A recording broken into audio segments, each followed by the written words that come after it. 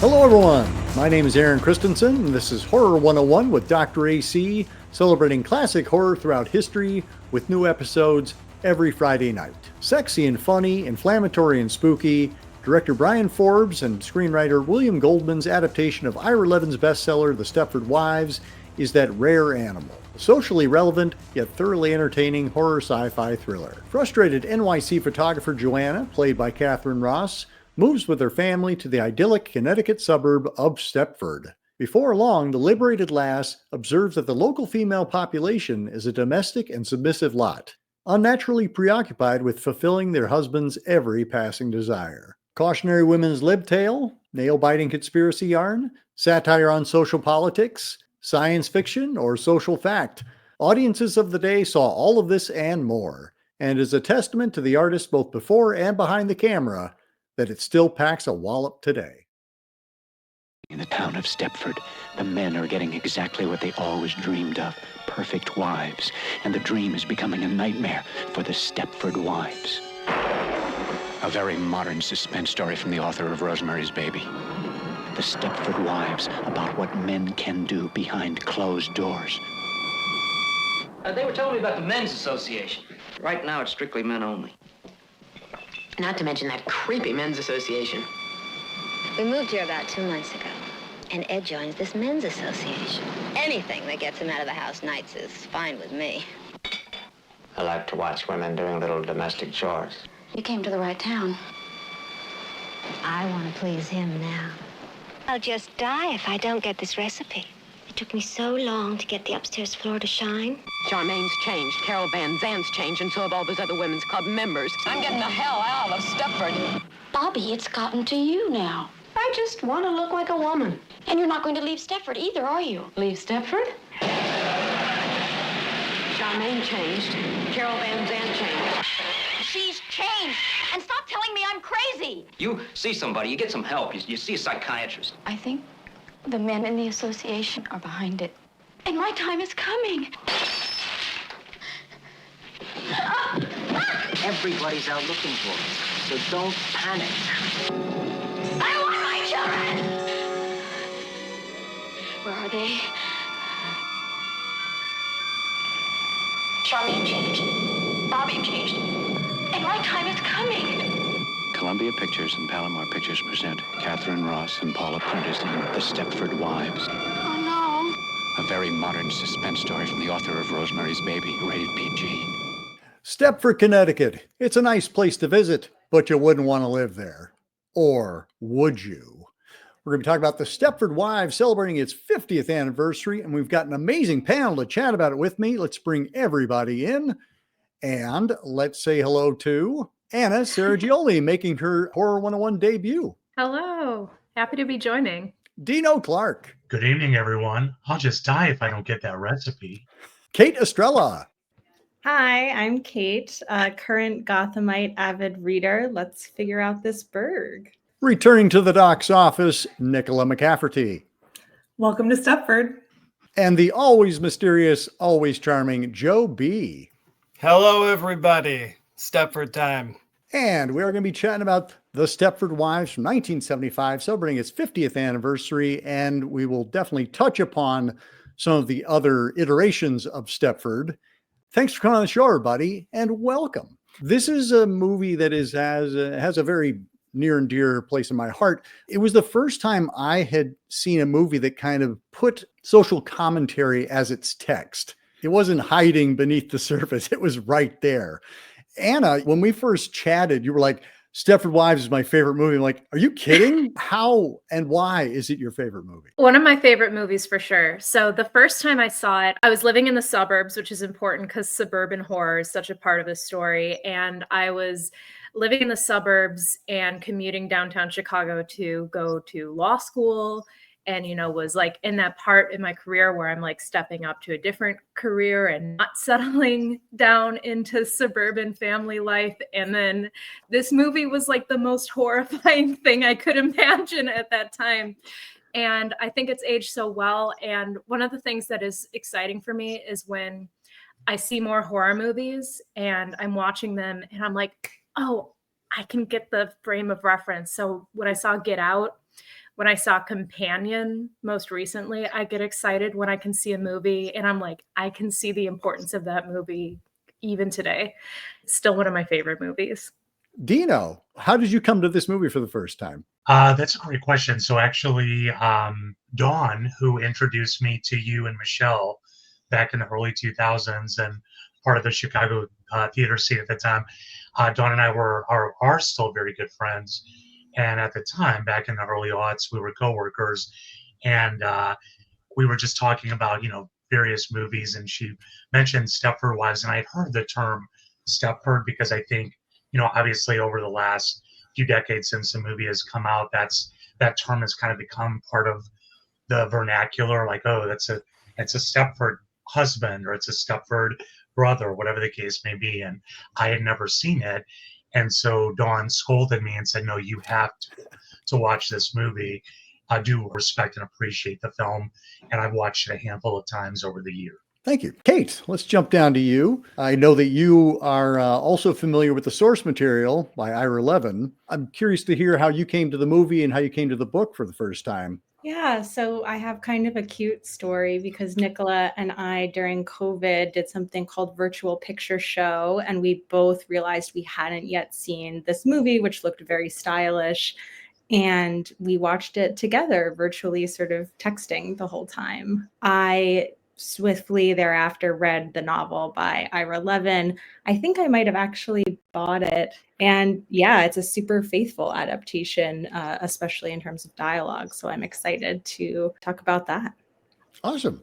And then let's bounce over to Nicola. I know you have a vested interest in this movie, at least some of the themes going on with it. Would you like to kind of lay some groundwork for our viewers as to why you have a vested interest in it? And then, yeah, Kate already let us all know that we watched it together for the first time. But yeah, my research at the time, I think, was not like as fully formed. So this is also part of my coming to what my PhD now is. But I have a chapter on mannequins, a chapter on robots, and a chapter on aliens, thinking about non-human women.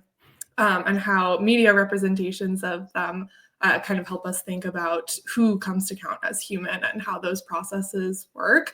And I think Stepford Wives is a really key point in that trajectory because it kind of brings together like mannequins and dolls, the kind of idealized white femininity that we see there with the like mechanization, like technology, and sort of like fear of technology's unruliness. So it kind of provides a bridge between two of my chapters, which is really delightful.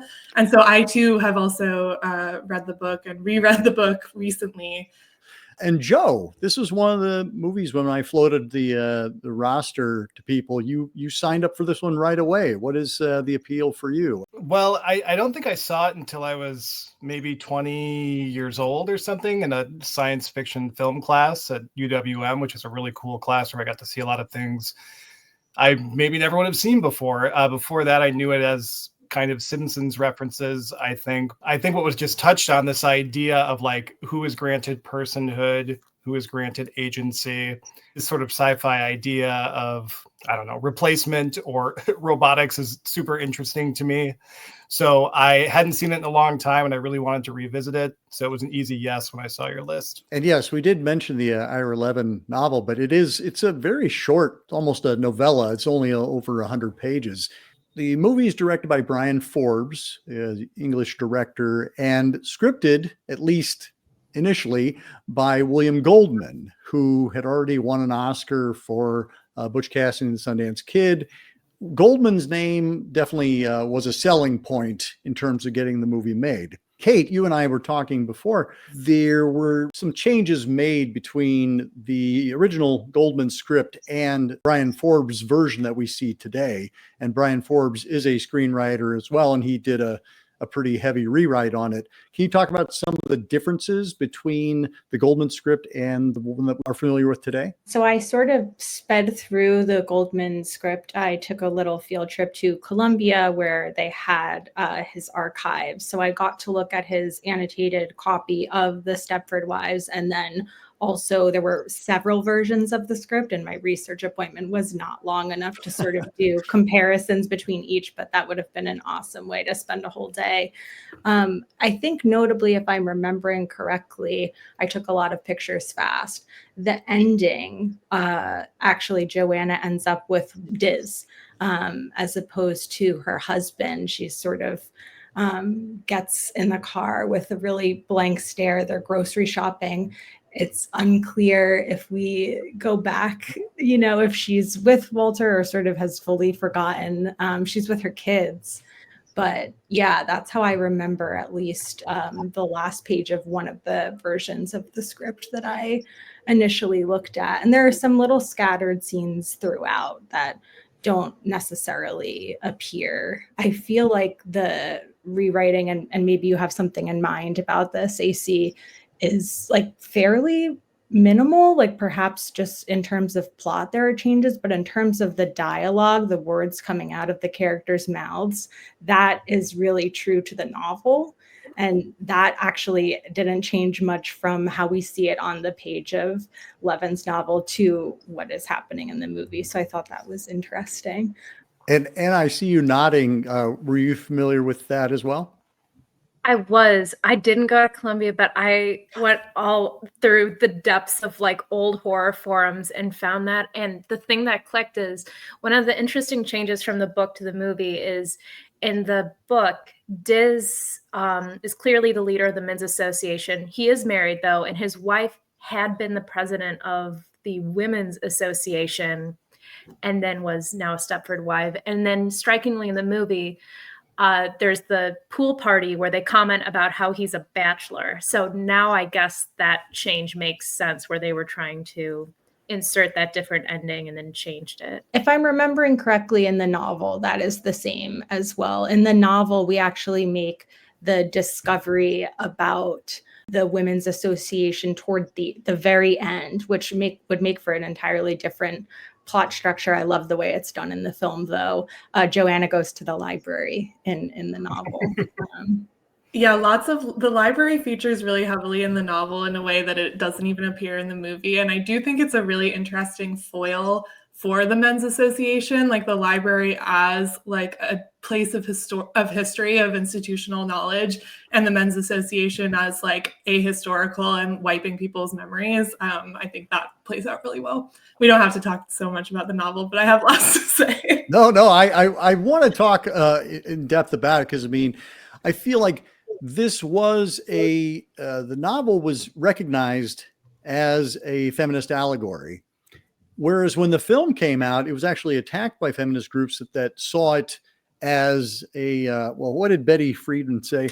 She said it was basically a ripoff of the feminist movement. Because what's interesting to me is I have always seen it as, it's an attack on men. It is the men who are the villains. And in this age of, not all men, in this case, yes, all men, at least all the men who were at the Men's Association.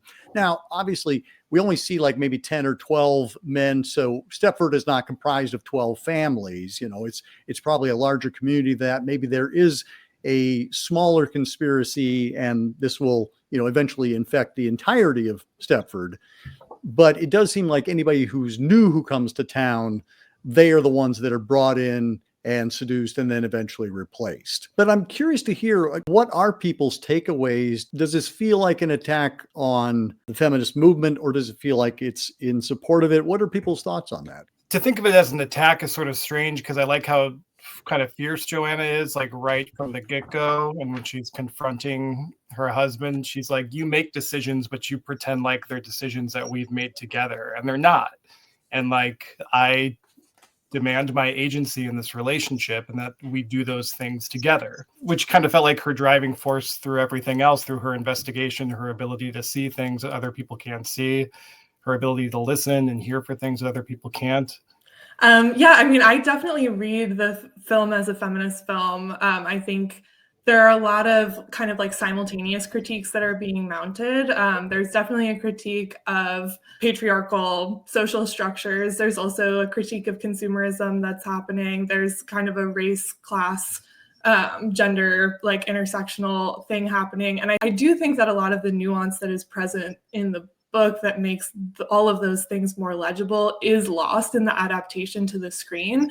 I think particularly something that really stands out to me both of the times that I've read the book and watched the movie in tandem is the kind of evacuation of the Ruth Ann character, the Black character who moves to Stepford, and is really integral to how we understand the operations of what's happening in Stepford as like a not only like anti-feminist operation, but like a white supremacist one as well.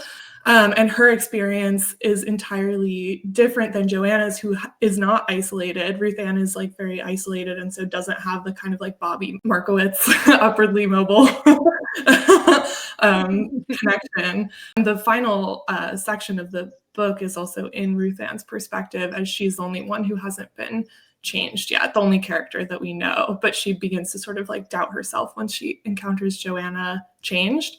Another change there is like Joanna's photography. She has like an explicitly like racialized image that she brings to the agent of a Black man trying to hail a cab, and also comments that he's well dressed. So there's all this stuff happening about like signifiers of like belonging, signifiers of class, and then like the class signifier and the race signifier and the gender signifier like all being in conflict and like coming together to present a surface image, right? Because Stepford is kind of all about surface images that is read certain ways in certain spaces. The Walter character in the book is like the transformation, I think, is telegraphed more clearly. He seems more sort of on the side of women's lib, as it's referred to, in the 70s. And that betrayal also feels more pronounced. So I think, I do read it as a feminist film, but I think all of that is more present in the book. Dino? In preparation for our conversation about the movie, I pulled up the quick little mini Stepford Wives documentary on YouTube, and that's where I really learned about some of the controversies surrounding the film when it first came out.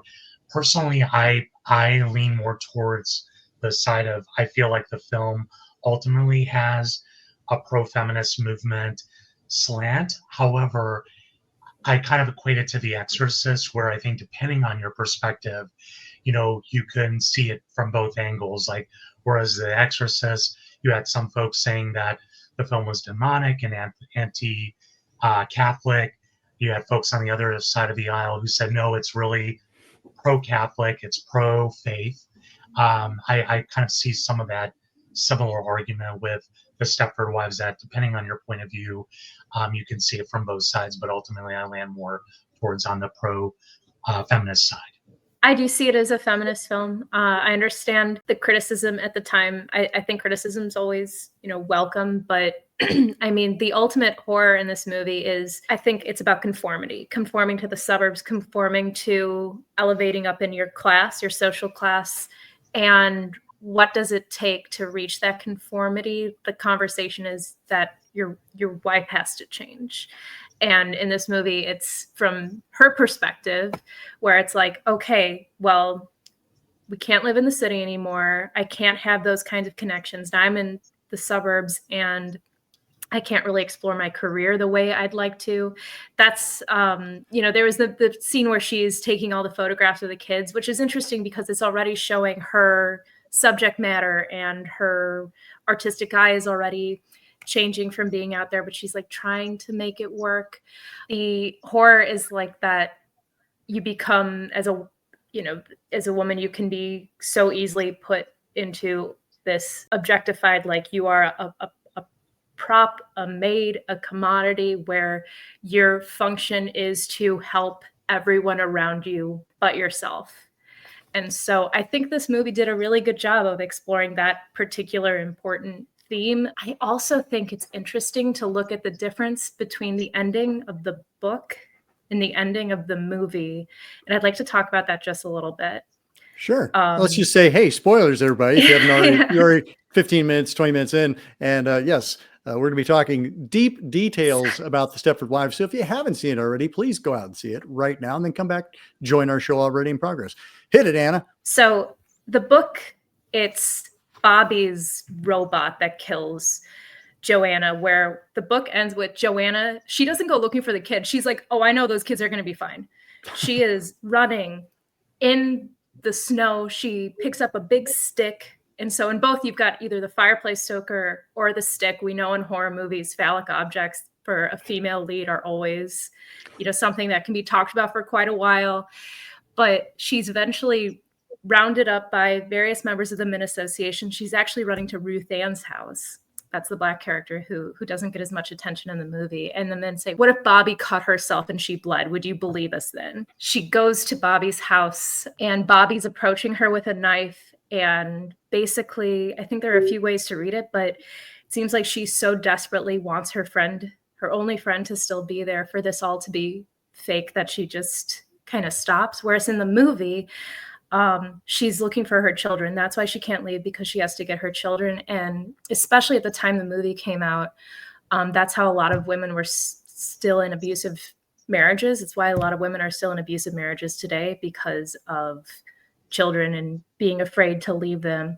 And so I thought that ending actually added a really interesting, I think both endings are interesting, but I think that there's even more commentary in the movie with that choice of the ending in terms of just a sense of entrapment. Yeah, I remember also feeling like I missed Ruth Ann, children's book author, and I totally do think that the film is a feminist film, and that the confusion about how to receive that sort of only bolsters that idea. There's this terrible review by a man, I'm going to say his full government, Jerry Oster, who is sort of, I don't really understand how this ending could sort of look like hell to any woman walking through these beautifully perfect grocery store aisles and calling her sort of sagging flesh husband handsome should sound like heaven.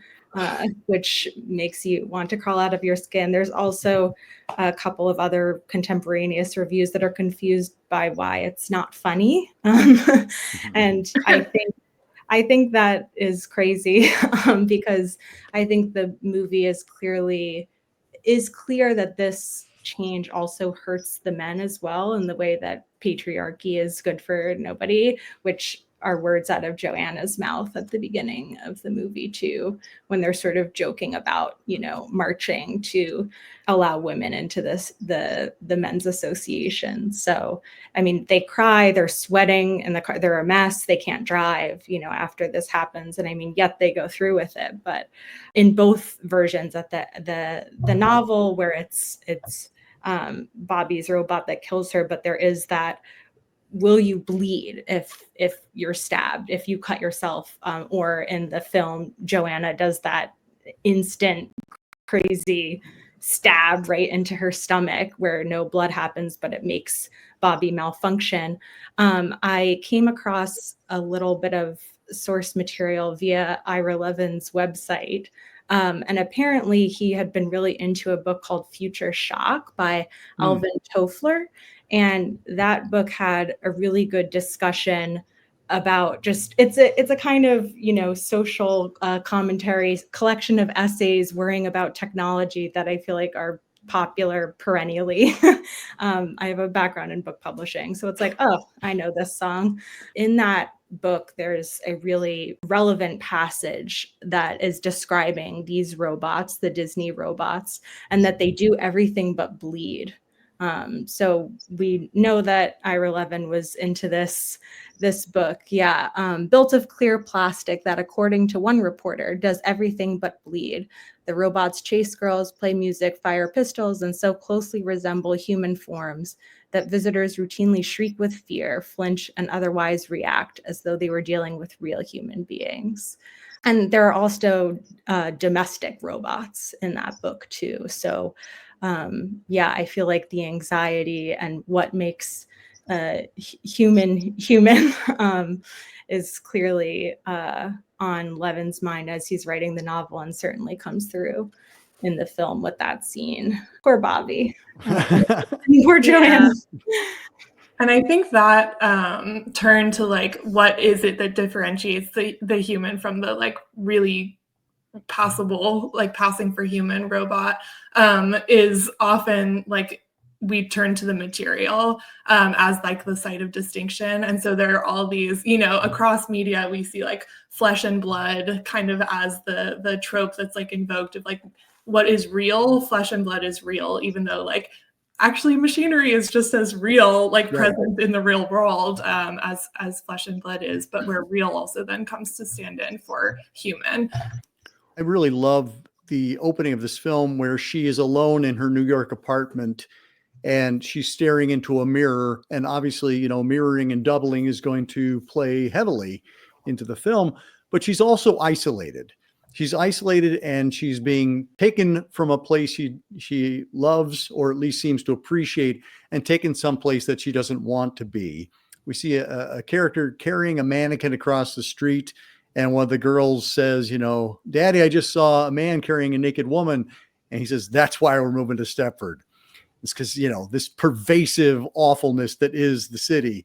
But it's what Joanna loves. You know, you pointed out that, you know, like really she does acquiesce a lot. She is trying to make the best of it, and she's willing to sacrifice everything. And in the end, that's what is asked of every woman in Stepford, is that they do sacrifice everything for the sake of the men. Just a quick note, because you mentioned the mannequin, there are so many moments that are so funny in this movie. And that was a line that was kind of funny about why they're escaping the city, I guess. But then after watching it, it was like thinking about him saying, "That's why we're moving to Stepford," as in, that's because I'm going to go get that. Yeah. I'm friends with Nicola and we're best friends. And so while we were watching this, I feel like you could play the game of, you know, spot the doll, spot the mannequin.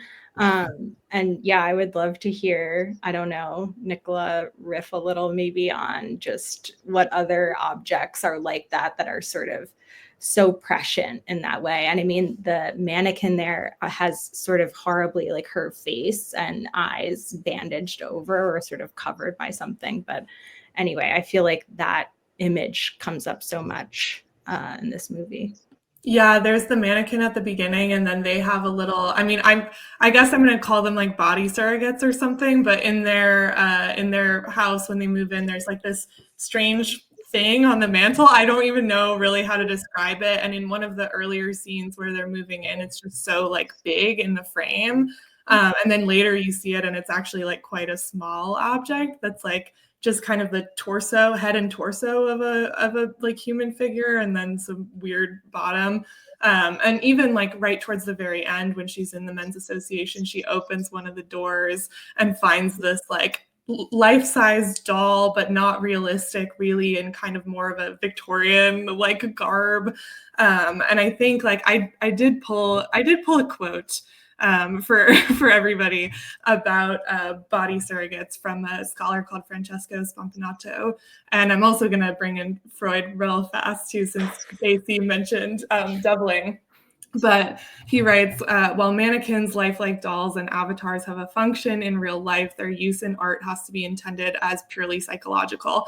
And I don't necessarily agree with that, but their function, if there is one, is to expose the tendency of human nature to conceal, repress, and hide feelings and pulsations. Following the psychoanalytical path, we should then conclude that these uncanny doubles are complex machines of introspection.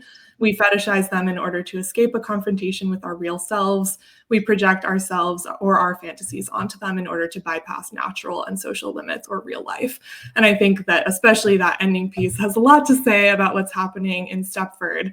But ever since Freud was theorizing the uncanny, the double has sort of been considered like a harbinger of death, and coming into contact with one's double or with like even other sort of body surrogates is like an ominous sort of prophecy. And I think obviously the ending of this film, since we've already been talking about it, you know, Joanna comes into contact with her robot self right before, you know, we cut to black and then see her eventually transformed in the grocery store.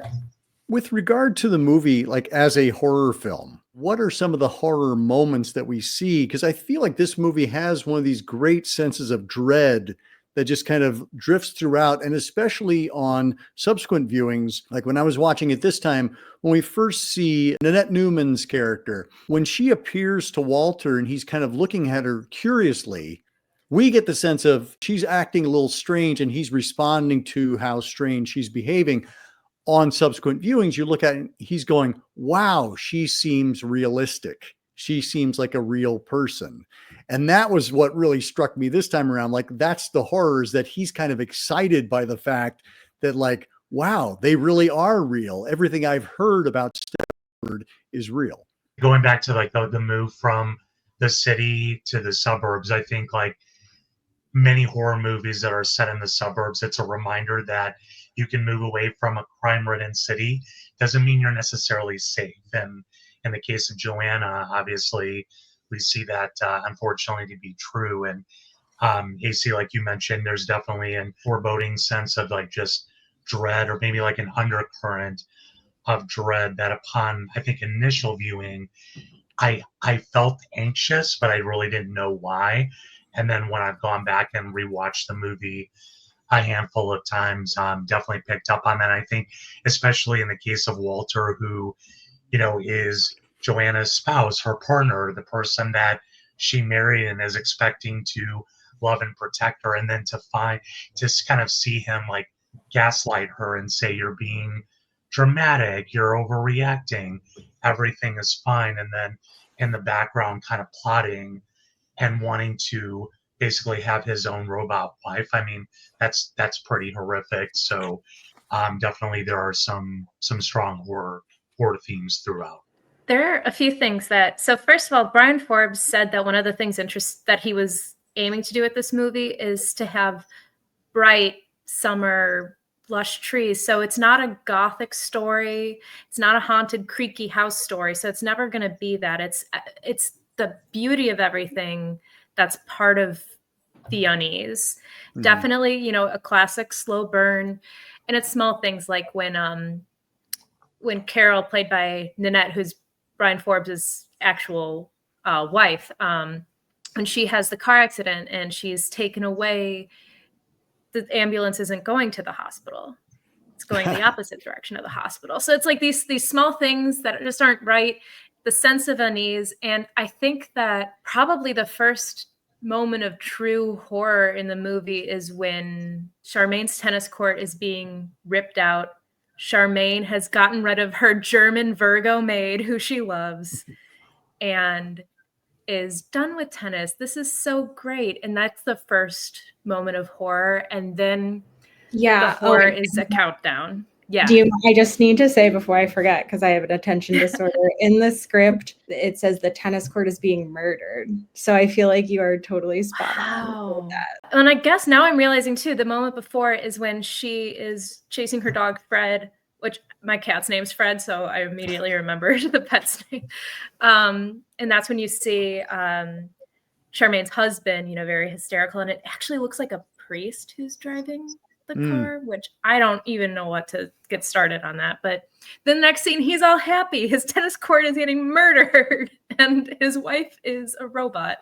And so definitely the slow burn horror, the everything's too perfect, too pretty horror. It's funny you say that, like, the daylit scenes are the more horrific ones, but we do have the big scary house on the hill that is the men's association.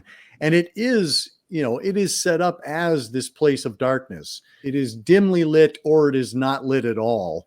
And, you know, like we have a massive thunderstorm going on during our final act. Like it is truly, you know, the old dark house where nothing good happens. And I love how that is juxtaposed, that we kind of take this journey from the light down into the dark. And then we end back in the, you know, super lit shopping center. We're embracing both like the unease of the perfection, but also, you know, showing that there is a mad scientist up on the hill and he's going to do things to you. Yeah. And I think that level of perfection is just, it's dialed up like just too much.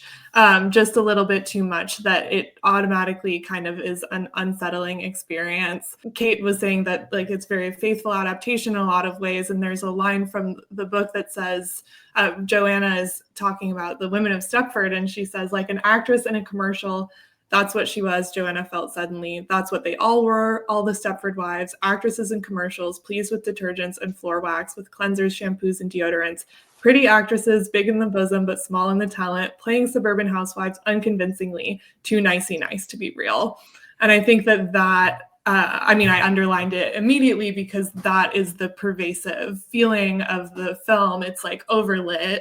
And there are sort of those moments where they are doing like actual kind of product discussion. The consciousness raising session devolves into what spray on starch, some sort of time-saving product, so that the women can accomplish their domestic tasks like efficiently. For me, another moment of horror early on is the moment of malfunction. Carol Van Sant kind of she gets in that car accident coming out of the store parking lot, and then, is not working right in the immediate aftermath, but also at the party. And that's what Dino referenced in the opening, right? I'll just die if I don't have this recipe. And, then also has to go and apologize to Joanna and Bobby on behalf of her husband and explain it away, on a past drinking problem resurfacing. So I think, that moment of malfunction, we also see it kind of more exaggeratedly in the 2004 version. But that also is like really key to kind of understanding how technology and like women are understood kind of in tandem with one another as like similarly unruly and out of control. And this is like a solution that attempts to use the unruliness of technology to like domesticate the woman, but that's still out of the men's control in some way too. For me, a lot of the dread came from a lot of what people are talking about, but also a lot of the silence. Early on, somebody asked Joanna what she'll miss the most, and she says noise about the city.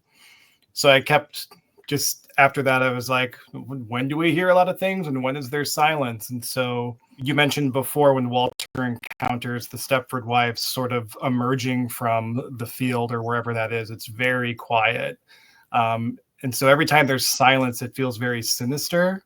And Joanna always seems to be listening for like, why can't I figure out exactly what's wrong? Because she's very good at noticing that things are very wrong, but she can't quite get to it. And I think that shows up in so many ways. Like when Bobby's introduced too, if you contrast that with the Stepford wife emerging quietly from the field, she's like marching through there and looking for a friend. And like, exactly who that character is right away. And it's great. It's a great contrast to those other wives. And even at the end, when Joanna goes to the therapist and the therapist says something along the lines of, you came all this way and do you have nothing to say? And she is so isolated and trapped and alone at that point that she almost can't say it. And then she does, and it's great. And it's a great part of the movie. And the therapist is actually helpful and they like form a plan. But that silence is really deadly throughout. So those were a lot of moments that I sort of tried to pay attention to because they kept coming up again and again. There are several moments in the movie that are, directly from the book, and they are the kind of these little insidious things of getting the Stepford Wives to record a number of words so that they can capture their voice. And Ike Masterson, Ike Mazard sketching their faces so that he can, model, and Diz working at Disneyland, and just kind of like all of these little clues that get dropped in throughout. I feel like, 50 years on, there's no way to get around what the secret behind Stepford is. In the moment, I think it would have been a really nice revelation of like, no, they're actually all robots. And that is something that the 2004 one, like it reveals that so quickly. It's like, oh, they're all robots. And I'm like, wait, isn't that like the punchline? Isn't that like the climax, the reveal? What really hits me is that there is this kind of acquiescence by all of the men that we see, where the men would rather kill their wives and have them replaced rather than go through the trouble of having an equal relationship with them. There's a part of me that says, why aren't the men in general, the male viewers, why aren't they upset about being portrayed in this way? This is what this movie is saying. And the fact that you don't want to defend yourselves is kind of damning in and of itself. I think it was maybe a book review for Stepford that I checked out in preparation for our chat tonight. Aren't these husbands thinking about the fact that they'll never, ever again have a meaningful conversation with their wife? You know, once they become a robot like that, the person that they fell in love with and married will essentially be dead and gone. And the fact that, to your point, AC, that all the Stepford husbands are okay with that, I mean, that's pretty horrific. You know, the two scenes that really stand out for me as really truly being horror. Of course, you know, Katharine Ross as Joanna coming across her her robot double with the black eyes. That's pretty nightmarish. But I think even more horrific from just like just make your skin crawl is the scene when Dale Koba walks into the kitchen with Joanna and says, "I like watching women doing little domestic chores." I mean, ew. I mean, gross. So for me, especially the recent rewatching, that really just made my blood boil and my skin crawl. I was just thinking, I was like, I forgot that was the first scary scene. Yeah, that scene is horrific. That moment is particularly bad, but also the visual language of just like there's a dissolve at some point while she's just sitting there and sitting there and sitting there while they're having their men's association meeting in her apartment or in her house. And she chimes in and nobody listens. And then she's just like drinking and sitting and being ignored. And I think that's something that the film does a really good job of capturing what that feels like. I certainly have been in that situation where a bunch of men aren't listening to me. So I think, yeah, that is a really horrific moment. The film is really not interested in individual men and what choices really individual men make, so much as it's interested in like the social structure of patriarchy and what groups of men do in the interest of preserving power. Yeah, I feel like also that scene of her being drawn is so interesting to me because Joanna is a photographer, right? Like she has her eye, she's a documentary photographer, she's pointing it, that's, she's trying to capture truth and life. And if they wanted to make a perfect double of these women, why not just take a photo? But that's not the point because they're rendering her, we're going back, right? Back in time, rendering her in a way that is sort of a little bit impressionistic. Like she's more beautiful trapped in this, idea of her, this sketch of her than probably she is in real life. That's something that they say in the book. They're like, wow, that's great. I don't look like that, of these sketches. For me, the scariest part of the whole movie is when Joanna yells, I won't be me. I won't take pictures and I won't be me, because that's something that she identifies so closely with. And I honestly, this is so cheesy of me, but I do like tear up at that because I think that's what it costs, right? This is what it costs to prop up the patriarchy, to have a perfect life. This is the cost that instead of her being able to do her work, they're sort of framed like family photographs, really small, in that dollhouse, replica room of her bedroom when we meet the black-eyed Joanna. That's the cost, is all of these women and their interests and their pursuits that would otherwise enrich the world. And I feel like the line from the novel is great. Like it's sort of, and meeting Bobby, I saw a dozen women who were rushed and sloppy and irritated and alive. I wanted to hug every one of them. Bobby's talking about going to a different town, and they're sort of so excited to be meeting real live people, which is something that comes up again and again. Yeah, I had that exact same passage marked because it also sets up perfection as antithetical to life. the perfect robots. I mean, and it's obviously like a nod to they are not really alive in the way that we think of people as being alive. But yeah, being messy, being imperfect, having interests that don't just like prop up your husband and allow him to do his very, very important work. That's being alive. Something that struck me was that, and this kind of goes back to William Goldman's version of the script, had the wives as kind of these Playboy bunny types, in their robot selves. It doesn't occur to the men that they could leave their wives and go have a life with a robot if that's what they want. Instead, they have to actually replace their wives and maintain their status quo rather than change things for themselves. And I think that is a great reflection on the patriarchy and the idea of everyone must conform to what we need, what we want, as opposed to us changing either to accommodate or to just strike out on your own and have the life that you want, as opposed to trying to ask everyone else to conform to it. Something that I'm just thinking of in the conversation we're having, I think one of the scenes where you can see the Stepford men suffering from this choice they made the most is a scene we're talking about, which is when they're all having the men's associating meeting, and it's so painful. They don't get anything done. They are just talking about what they might do in circles, not getting anything accomplished.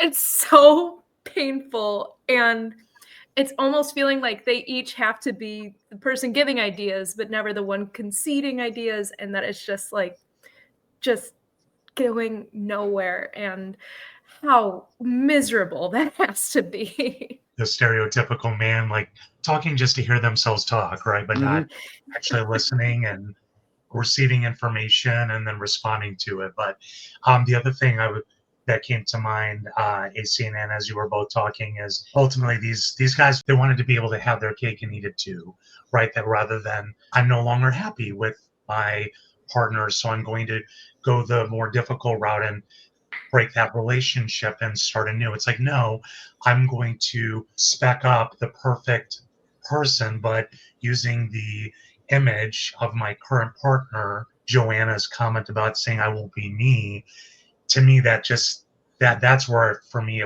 this is a pro-feminist movie, because she's saying I shouldn't have to choose. Like, for me to be a suburban wife and mother, I should still be able to, fulfill my passions or pursue my passions and dreams. I can do both. And I think that's still today. And obviously I'm not a woman, so I'm not an expert by any means, but, having many close friends and coworkers who are working moms, working wives, I feel like that's a constant topic of conversation, is trying to juggle both and, not feeling like they're carrying the brunt of the responsibilities in their household, especially when it comes to their children, whereas sometimes the husbands aren't necessarily pulling their share of the weight. We were talking about that in another panel recently. The idea that we absolutely believe that these men would do this, that there is something about our society that says men are this way. They are, the stereotype exists for a reason. And again, not saying all men are this way, but there's enough men who think that way. And to your point, Nicola, the idea of men in groups, I think that's kind of the key, is that individually on their own, they do exchange and acquiesce as partners. But if they are put together with enough men who say, you shouldn't have to do that, you should be who you are, you should have what you want, they should come to you, that emboldens them. And I think that's where we are today as a society. I find it so kind of horrifying that, here we are 50 years later, and this movie's even more relevant than before. The messaging has been there all along. We are intended to root for Joanna. She's clearly the protagonist.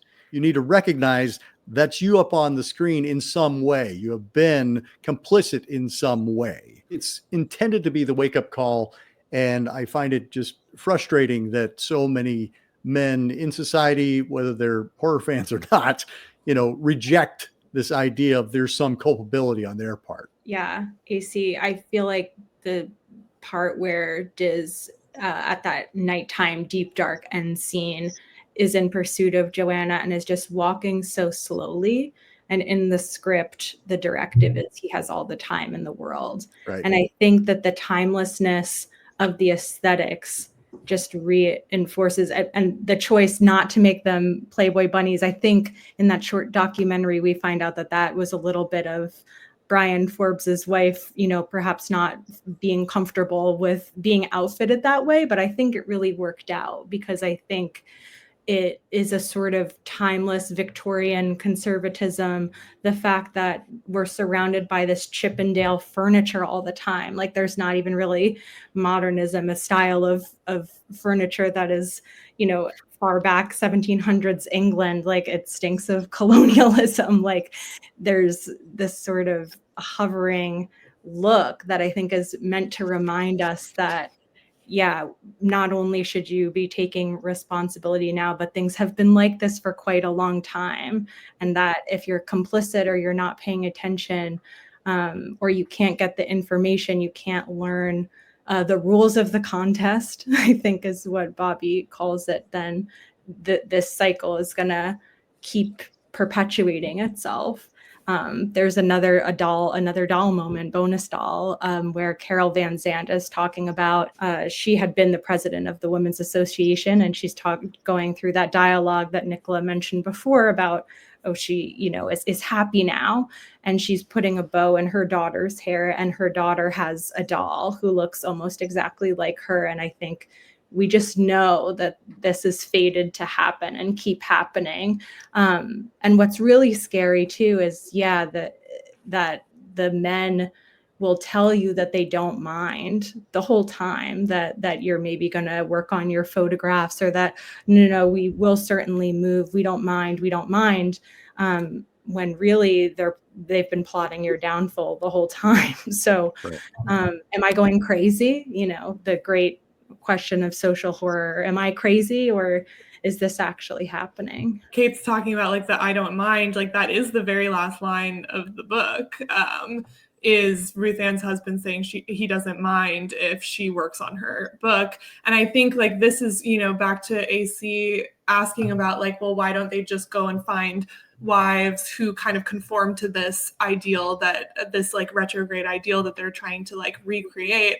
And I mean, in Dale Kova's ending monologue, he says, why? Because we can. Right. It's really about control. And that's why they're able to, you know, cede control in those moments, because they really know that like behind the scenes, that, you know, they're ultimately getting what they want.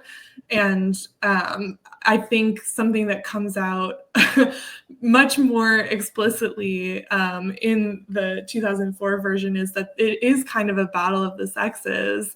And Dale is essentially saying, you know, we got there first. Wouldn't you like a perfect stud waiting around the house? Well, too bad, because we got there first. Right. And I think he kind of suggests that it's just like luck or like their kind of determination that got them to this point. But it's like, no, everything was set up so that you could achieve this. Nothing like male privilege. Yeah, exactly. So I think it's really, you know, sure, they could go out and find other wives who maybe like would participate in this fantasy willingly, but they don't want that. They want to be in control. And it is explicitly about taking their wives who have their own interests and their own lives and making them be only for them, and recasting, like backwards, sort of retro casting all of the pursuits that were in service of their own like internal fulfillment as selfish. When all the women are transformed, they start parroting the same lines about, well, I really was being very slovenly. I was being self-centered. My husband works so hard. He works 80 hours a week. And like, look at, I couldn't even keep the home clean. This is what, he needs. This is what we need, is for me to support him through all this domestic labor so that he can have his best life. And that's really what I want. W. Eberhardt was on the mailbox. It wasn't the whole Eberhardt family. It wasn't The Eberhards, it was W. Eberhard, because that's what the household is, and that's what has to be conformed to is W. Walter's household. Just to add to that real quick. The other line I wrote down from Joanna was towards the end. If I'm wrong, I'm insane, and if I'm right, then it's worse than if I'm wrong. In this discussion, I've been thinking about Walter a little bit more, where when he goes to the men's association, he claims that, like, well, I can change it from the inside. Joanna does actually kind of need an ally that has a little bit more social power than she does to actually give her a chance of being free. Of course, he doesn't do that. And then there's just two other situations with Walter that I thought, like, in your discussion about like the man's responsibility, AC, and what happens when they get into that group, is there a chance that Walter would resist this at some point? I'm thinking of when he's wearing like that shirt that his kids obviously made for him, and it kind of signifies like at some point you guys were maybe this like happy family and you were a team, and then later when he is drunk, and the first time you watch it you think he's maybe feeling guilty about having moved his family there, but there's some internal conflict about like, am I really gonna like replace my wife with a robot? But unless he's actually willing to do that and be an ally with her, the ending is she's like doomed, kind of without that like little extra boost of social power that he could have provided. He was doing the dishes with her in the beginning. Like, Yeah. They were partners. Right. Definitely seeing the correlation between, this story and then Ira Levin's Rosemary's Baby, where again you have a female lead who is essentially betrayed by her male partner, who gives her up and sells her to the devil because he wants to have all of his dreams come true. And so I thought that was kind of interesting to see again some of those connecting threads there.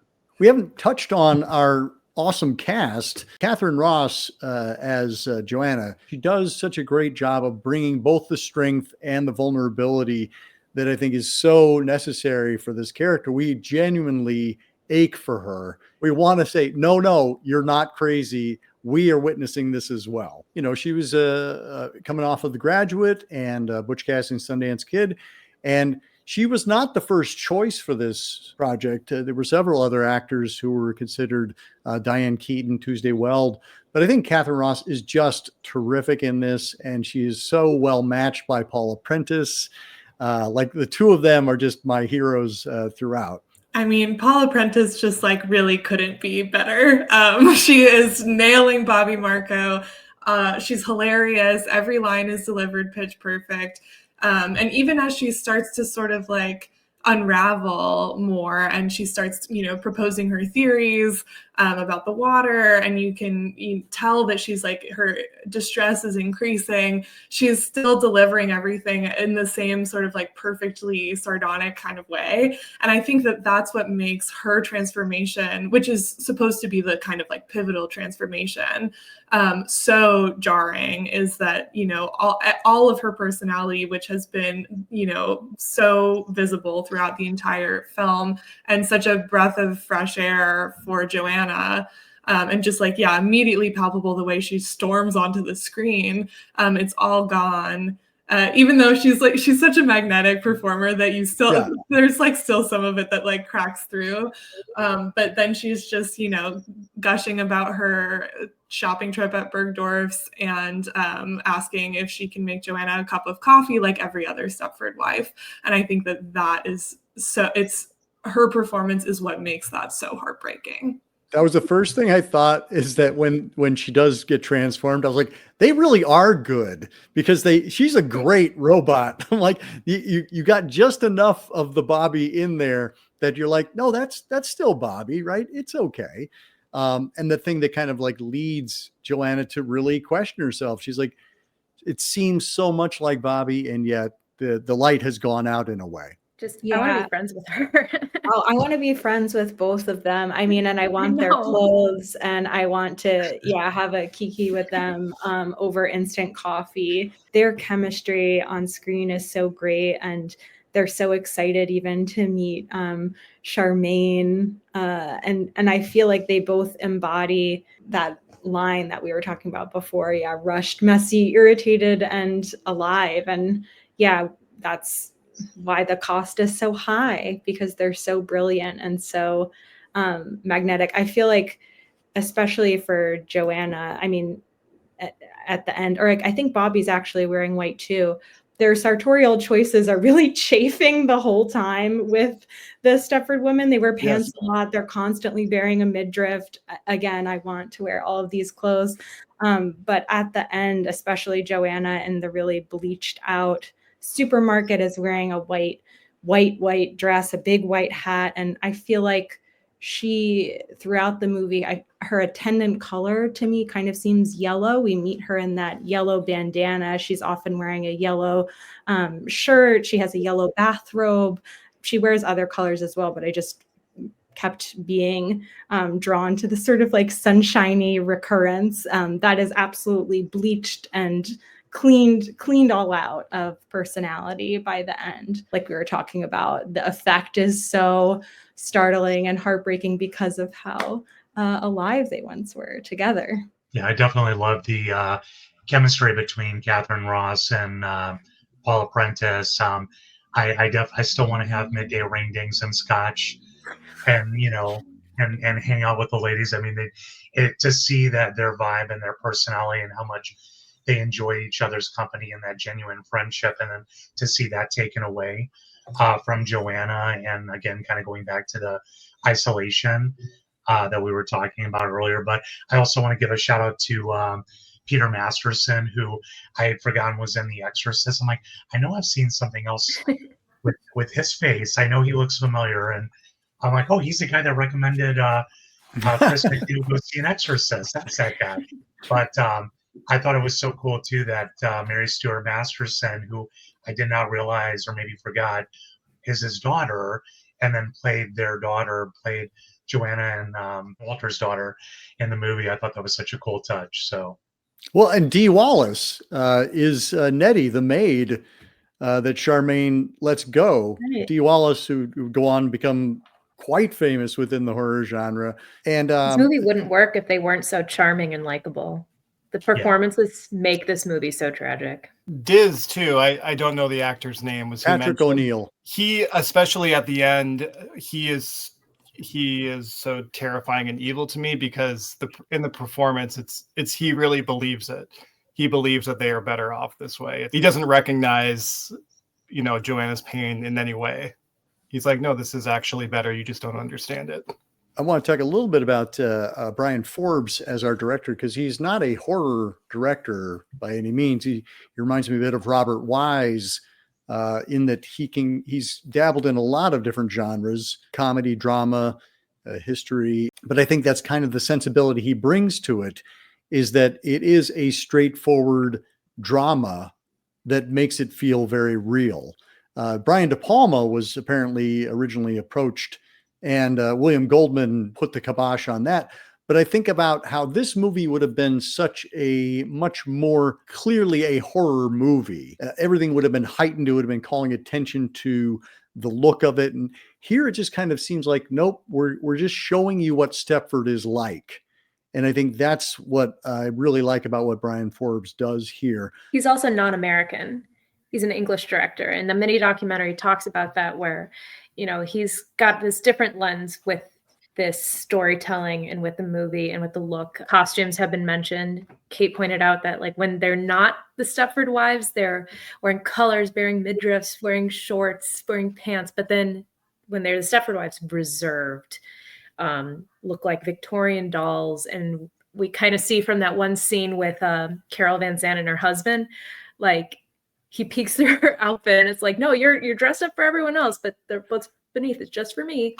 With him being an English director and a drama director, I do think the foreign approach adds more to almost the satire of this being an American Gothic. The film is so overall filmed in the daytime, or many of the scenes are daytime scenes, beautifully shot, very serene. I think, although I love Brian De Palma, I think had he ultimately directed this movie, I think a more straightforward horror approach may have been the wrong move, or may not have been the right fit for this story.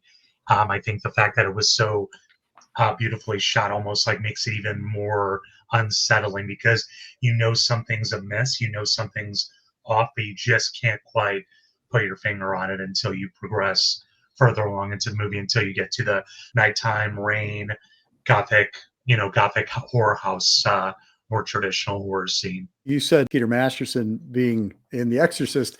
There's another Exorcist connection in that our cinematographer, Owen Roisman, shot The Exorcist, as well as like The French Connection and Network and a bunch of like Sidney Pollack's films. There's such a beautiful, soft focus feel to this movie that I think I picture how De Palma, there would have been very sharp lines. We would have had a lot of like split diopter shots. It would have been very kind of flashy and maybe calling attention to itself, the direction. And here we don't pay attention to the direction. It just kind of, as you said, it's kind of a vibe that kind of permeates throughout and slowly gets darker and darker, as does the subject matter. Yeah, well, it's gauzy and dreamlike and too good to be true, and then it's a nightmare. I think the first thing you see is either wallpaper or a shower curtain or something, but it's like a cheetah in a tree. And I only bring that up because I can think of a handful of scenes where you're just looking through tall grass or you're looking through like trees kind of like gently blowing in the breeze. And they linger on those sometimes, and it almost feels kind of predatory, like you're being watched or hunted a little bit. But the strike is not going to happen yet. We're just watching. And then Tina Louise as Charmaine, who most people would recognize as Ginger from Gilligan's Island, in which she was kind of robotic and airheaded on that. And so there's a lovely bit of stunt casting in having her in that role. And I love Charmaine both in the movie, but especially in the book. I think she's hilarious and dirty mouthed and just a really fun character. And to watch her, drained of her personalities is another crime. I feel like we lose her in the same way that we lose Bobby. We know we're going to lose Joanna. Yeah, I feel like when she is in the consciousness raising meeting and actually trying to launch an earnest conversation about something that's troubling her, she talks about knowing that her husband never really loved her and that it was important to him that she looked the way that she looked because it would look good for him to have a wife like her for the other television executives. And there was just such real pain in her eyes. And I'm like, I think that actress probably has seen some shit that would be relevant there. And then the other women start sort of bird chirping advertisement lingo. I thought her performance was fantastic. I think that's such a pivotal moment too, because of her talking about like having the right look, because it's such a film about like image and image making. And I think even like Joanna as a photographer, like is an image maker. In the 2004 version, she's a television executive. And I think like it is also kind of a story about like media. And I think maybe some of the media critiques that it's launching feel maybe like a little bit surface, like, it's because of the media, like all this advertisement and we see all this perfection and then we want it for ourselves. But I think also, in all of these stories where we have like mechanized bodies, it is kind of commenting on like how the medium is like doing that, mechanizing bodies. There is some sort of commentary being launched also on like how images are made and how those images communicate certain things to us, and also how like the medium brings to life certain kinds of images on screen in ways that like infiltrate our real world. As we were talking a few minutes ago about the movie progressing and all of the female characters start shifting from their individualized human versions to robot versions devoid of personality.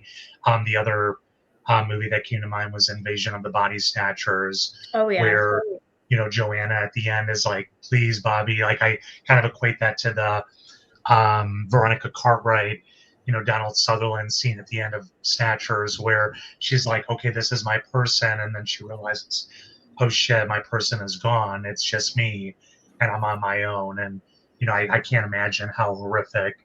I take it back. I can't imagine how horrific that would feel. So there's something ironic about the fact that when somebody's called a Stepford wife, it's a criticism of the woman, not about the men who have created the world in which this exists or the man who has made these demands on that person such that she has to become that. The idea of somebody being a Stepford wife and that it's somehow their fault or their choice. And that's another thing I think, we forget about as it entered into the vernacular. People don't talk about how the Stepford Wives came to be this way because that's been erased, as Nicola pointed out. Like it takes place in the secret of the Men's Association, where history is rewritten, history is erased, and personalities are erased. People are erased, replacing the real world with the fantasy world. We're basically turning it into Disneyland for guys. Nicola, you've nudged us toward the remake a couple of times. So I'm going to say, I'm going to lean fully into it at this point. I do want to just take a quick time out. There are some really fun and cheesy TV movie sequels that came after. We had The Revenge of the Stepford Wives in 1980. We had The Stepford Children, 87. And then we had The Stepford Husbands in 96. All three of those are online, and all of them are fun in they took the concept of robots and basically went B-movie with it, which I enjoy. I don't think that it has anything to say in terms of the social commentary that the original does. But then we come around to 2004, where the idea is so ridiculous that we can make it into a comedy. Well, I think you teed it up perfectly with what you were just saying, because I think that the 2004 version does exactly what you just said, which is like blame the women. Yeah. So yeah, I think, which I was shocked. I had not seen the 2004 until prepping for this, and I was like, "Are you joking me? You're going to make a woman be the mastermind behind it all?" Yeah, and I think, if we want to grant it a lot of credit, which is probably not, warranted, one could make an argument that it's saying something about internalized misogyny and how internalized misogyny, infiltrates otherwise successful career women's minds, and makes them feel wrong for being that way and makes them want to return to the good old days. But I think, I think it's a sinister movie in a much different kind of way. I think I was texting Kate and, I stopped halfway through when they use one of the women literally as an ATM, just midway through the movie.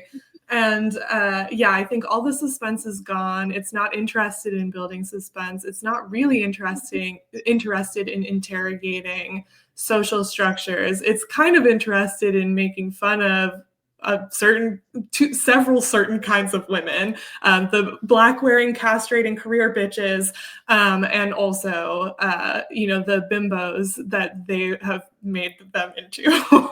Right. We're gonna criticize them, and also like the introduction of a gay couple, which felt like, oh, let's do a thought experiment because it's 2004. Bizarre, but I mean, also made sense because what ends up happening to that character is that he becomes the husband of a more sort of Stepford man who takes the role of a Stepford wife, becomes like a conservative politician, essentially.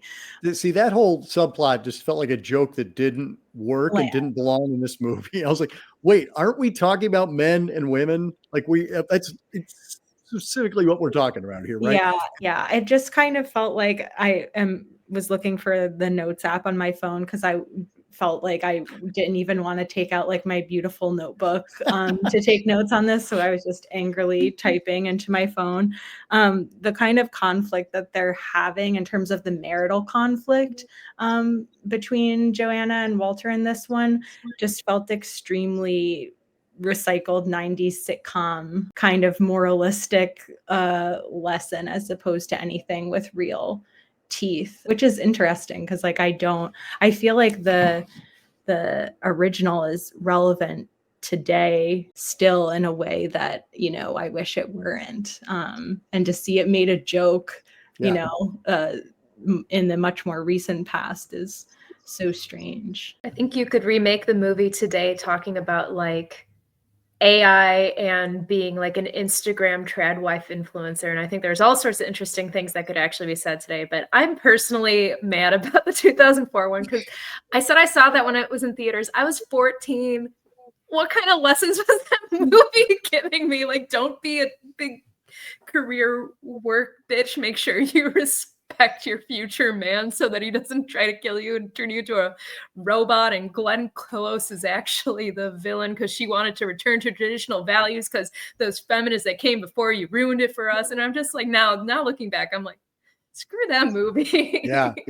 That movie made me really angry. And I was just like, I don't understand. We hadn't resolved the gender issue in 2004 such that it could be made a joke of. Whereas at least the 75 version is questioning, what do men really want?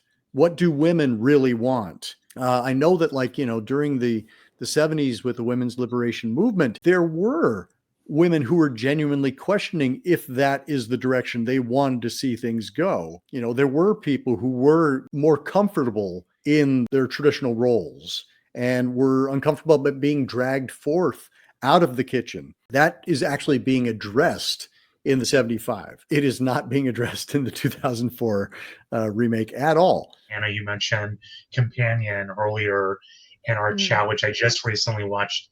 OMG is such a great movie, and definitely you can see the themes and kind of the similarities, or maybe the inspiration, I should say, from Stepford Wives. And it opens with her in the grocery store. I know. People were complaining about, I mean, the trailer obviously gave away that the character is a robot in Companion, which is, I suppose, unfortunate. But for those of us who live and breathe movies about robots, I was like, oh, I mean, I would have known anyway with this grocery store scene because it's a direct homage. Right. I freaked out in the theater. I opened by saying how much I love this movie. I saw it with my boyfriend in the theater, and I was like, if they put her in the Stepford Wives outfit, that may have been a little bit too on the nose. Yeah, they came as close as they could. For those in the know, it's a beautiful reference. And if you don't know, then maybe it'll point you towards Stepford Wives, which I maintain is a much better movie. When you watch Stepford Wives, you'd be like, oh, that's where they got that. Well, let's circle back around for final thoughts on the Stepford Wives. Thank you all so much. This has been an important conversation. I think this is an important film. And I do wish, I just realized today in doing my research that it has yet to receive a Blu-ray release. Like this one's kind of languishing, and it always was kind of a cult film, but I feel like it's a disappearing cult film where the title is known, but the movie is not. And hopefully we raise the spotlight on it a little bit with our conversation today. Kate, would you mind just some final thoughts on the movie and its legacy? Our consciousness raising session, I hope, does some actual good if anyone cares to listen. From Levin's serialized, it was initially serialized in Ladies' Home Journal. Wow. And which is sort of funny because audiences did then were a little bit confused about what the takeaway was. Still a timeless movie in terms of aesthetic, and I think in terms of theme. I mean, it came out right around a time where I think women were allowed to apply for a credit card in their own name in like 1974. So it's like the power dynamics that are in conversation in this movie were really heightened at that time. But I think, run fast, comrade. The old world is right behind you. I feel like we're living in a time where we don't have a certain control over our own bodies, many groups of people, and the threat of what our complicity will cost us, and how easy and beautiful it might look to slide into that complicity without being able to give each other and get to each other the correct information is something that I think about all the time, because then we're losing, Bobby raising her newspaper in greeting and Joanna taking a beautiful and true photograph, and her last name, her whole self. So yeah, that's the cost. So yeah, I love this film. Thank you, Kate. Dina?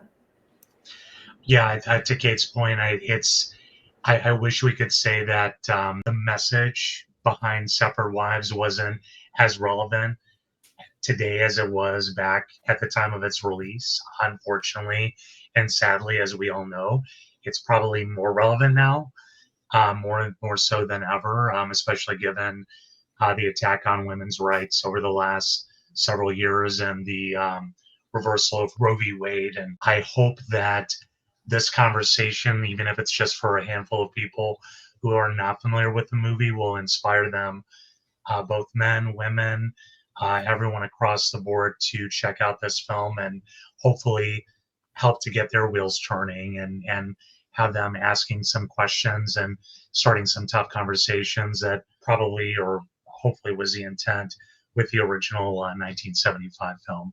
Anna. We're here talking about Horror 101, and Stepford Wives is Horror 101.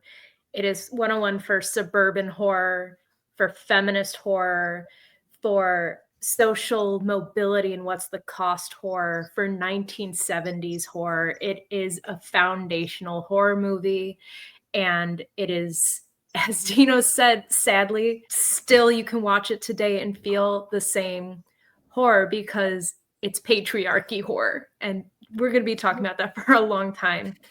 And it's Horror 101 because it's also influential to so many different movies. I mentioned Get Out and Companion, even like a Don't Worry, Darling. There's so many movies that you can see such an influence that this one had on directors, on writers. This is a foundational horror movie. I think everyone should see it. Nicola?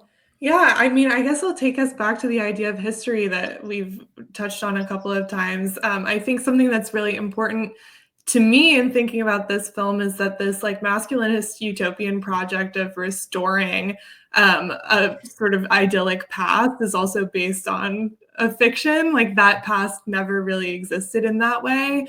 The sort of like women being confined to the domestic sphere is also like kind of a like white upper class fantasy. And, you know, the idea of separate spheres is really only possible based on the labor of non-white women doing domestic tasks as well outside of their own homes. So I think that one thing that I would change about the film is its engagement with race and kind of bring that in more explicitly, not even necessarily in the way that it's done in the book, but I think that it is really an absent presence, even as like at the very end, we do see the Black couple, they have different names in the film, arguing, which suggests that this like Stepford fantasy is ostensibly race blind, even as the real world sort of 1950s normative white gender roles that Stepford is trying to recapture were not. I feel like the Black family gets introduced purely for optics, you know, like, and I mean that from the Stepford point of view, like the reason why we need to have a Black family so that we can say we have a Black family here. Yeah, you know, like, the older woman says something about like we're the good, liberal right? town around. Yeah. And Joe. I think it's required viewing. I think it's a great film to go back to and maybe with some very direct teaching, be like, we need to understand why Diz is the bad guy here. Yeah. I wrote down what Kate said, complicity will cost us, because I think you nailed it. I think that's a great way to summarize the warning that this film offers. Well, and I think it's also complicity, as Nicola was saying, with the false image. I often say, you know, like, don't ever ask the people what they want because they don't know what they want. If you pretend like you know better than what humanity has to offer, then you're making a huge mistake. Like that is arrogance of the highest order. I'm so thrilled to have had this conversation. Again, when I put it on the list, I had no idea that we would be living in these days. As you said, Joe, I feel like I want to sit down every man and go, you need to watch this and recognize that Diz is the bad guy and that this isn't a perfect world that we think we're creating here. So thank you all for this catharsis, this consciousness raising conversation. And looking forward to having you all on again very soon. And until next time, keep searching, keep exploring, and keep sharing the scare.